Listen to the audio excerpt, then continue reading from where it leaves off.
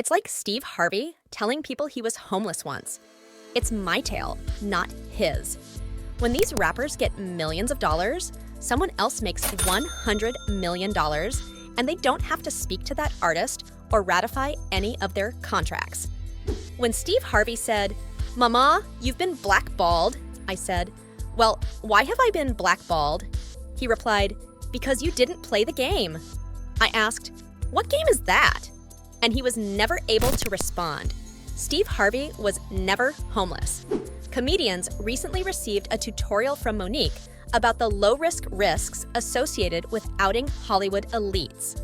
The grapevine is humming with rumors that Katt Williams needs to take a front-row seat and study Monique's playbook if he wants to avoid painting a target on his back. So, what exactly is going on? I'm talking about risking it everything in your life, career, and everything else. Recently, Katt Williams caused some agitation with his lengthy interview on Shannon Sharpe's Club. Shay Shay audio among the elites exposed by Williams was Steve Harvey, who it was implied had stolen Mark Curry's character from hanging with Mr. Cooper on his show, The Steve Harvey Show. Harvey also claimed that he would never succeed as a movie star, which is why he stuck to hosting Family Feud and sitcoms. When you ask him why he's not a movie star, he didn't want to be a movie star, Williams said. Kept acting like Harvey, the same person who detested Bernie Mac for the same reason. Of the 30,000 new screenplays that are written in Hollywood each year, not a single one calls for a country bumpkin black guy who can't communicate well and has the appearance of Mr. Potato Head.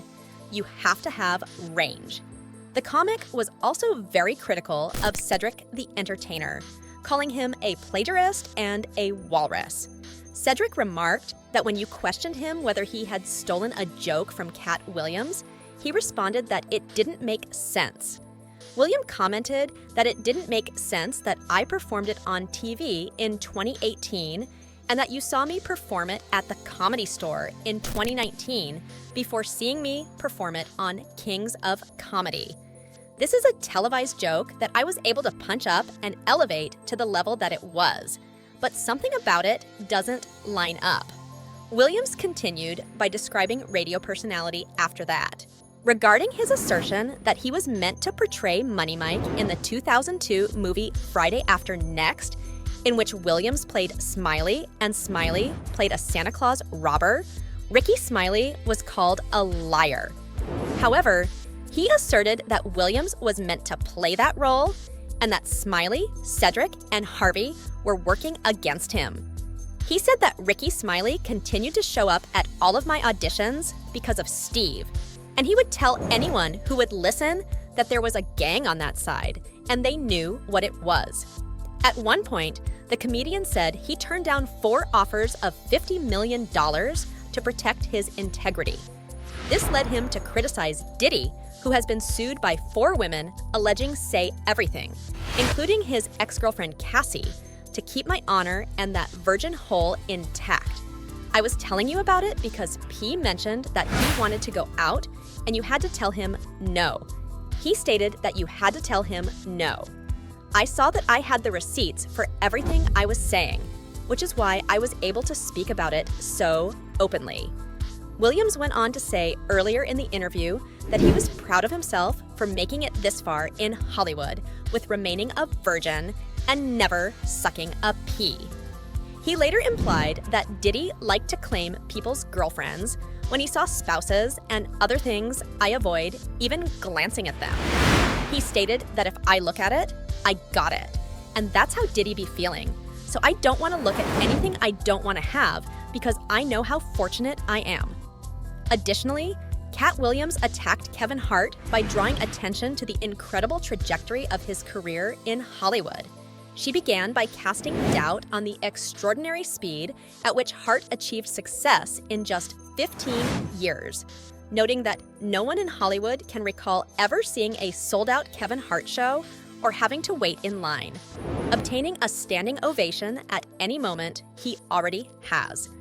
Williams also thinks that, given Kevin Hart's success throughout the course of his 15-year career in Hollywood, he may be an industry plant, because no one in the industry can recall ever attending a sold-out event. Kevin Hart Williams claimed to have already signed deals when he arrived. Have we heard of any comedians who arrived in Los Angeles and within their first year there, secured a network television show and a leading role in their own film? Soul Plane? No, we haven't heard of any such comedians. Prior to what you perceive a planted to be, perhaps people don't know the meanings of these terms. He stated that he hates to appear like a small-minded person who dissects lies, but he wanted to clear the air. He went on to say that for a period of 5 years, every single film that Kevin Hart produced was one that I had previously seen. In any case, this isn't the first time that Katt has exposed these elites. Williams previously disputed the idea that the entertainment sector lacks gatekeepers.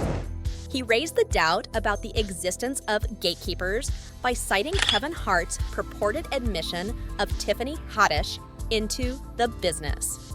Tiffany Haddish may be well known for her breakout performance in Girls Trip or her historic stint as the first Black woman stand-up host of Saturday Night Live, but she wasn't always a celebrity. In a 2018 Vanity Fair interview, Haddish talked candidly about her early days in the business when she lived out of her car and how she received the financial support and inspiration to take a new direction in her life and career from fellow comic Kevin Hart. I would park my car in Beverly Hills and sleep there, but the police would come every morning and make me move. That was like my wake-up call, she said, and I got to know a lot of police officers like that using the money. Hart and Haddish were working on a sketch comedy show at the Laugh Factory in Los Angeles when Hart found out that Haddish was living in her car. Hart gave her some money and arranged for her to stay in a motel in the area. She claims that Hart advised her to write down her goals and begin taking daily action to achieve them. I wrote, "Get myself an apartment and do these things and all these people I want to work with," among other things. She claimed that she had accomplished almost all of her goals. Katt Williams, who had recently landed an appearance on V1003's Frank and Wanda in the morning show, repeatedly declared that she isn't a true comedian. Emmy, who won a guest spot on Atlanta, chose to use his opportunity to attack Hades' quick rise to fame by casting doubt on her comedic abilities and implying that she hasn't even written any of her own material. He said bluntly that Hades has been performing comedy since she was 16. So you can't tell me your favorite joke about her because she hasn't done a tour, a special, or demonstrated that she can tell jokes back-tack for an hour. Williams was blunt in his remarks, and you believe what you want to believe. Hades' prophecy about her comedy career seems to be haunting her now that they are all set to bring down Monique and up someone who has shown them Girls Trip. Do you think she wrote Girls Trip goofball? Or do you think that was already a script that they handed her? Wanda Smith, the studio host, seemed eager to defend Haddish when it was claimed that she might not have been the creative genius behind her own success. She was real, which is why people liked her. With a rhetorical jab asking when real became marketable in the industry, William never backs down from a debate. To top it off, he dropped a bombshell. They like her because she want to sleep with a white man. That's why the only thing she said was, "I want to give it to Brad Pitt." As the controversy raged on, Williams praised a number of other Black female comedians, including Lionel Melanie Carco and Miss Laura, who he believed had been unfairly overlooked. In his words, what you look like is not supposed to be held against you. He also highlighted the industry's penchant to overlook talent in favor of those who fit a certain mold. This may have been the case with Tiffany Haddish, whom Kevin Hart brought to the Breakfast Club following Katt's comment to warn the comedian of bad-mouthing his star.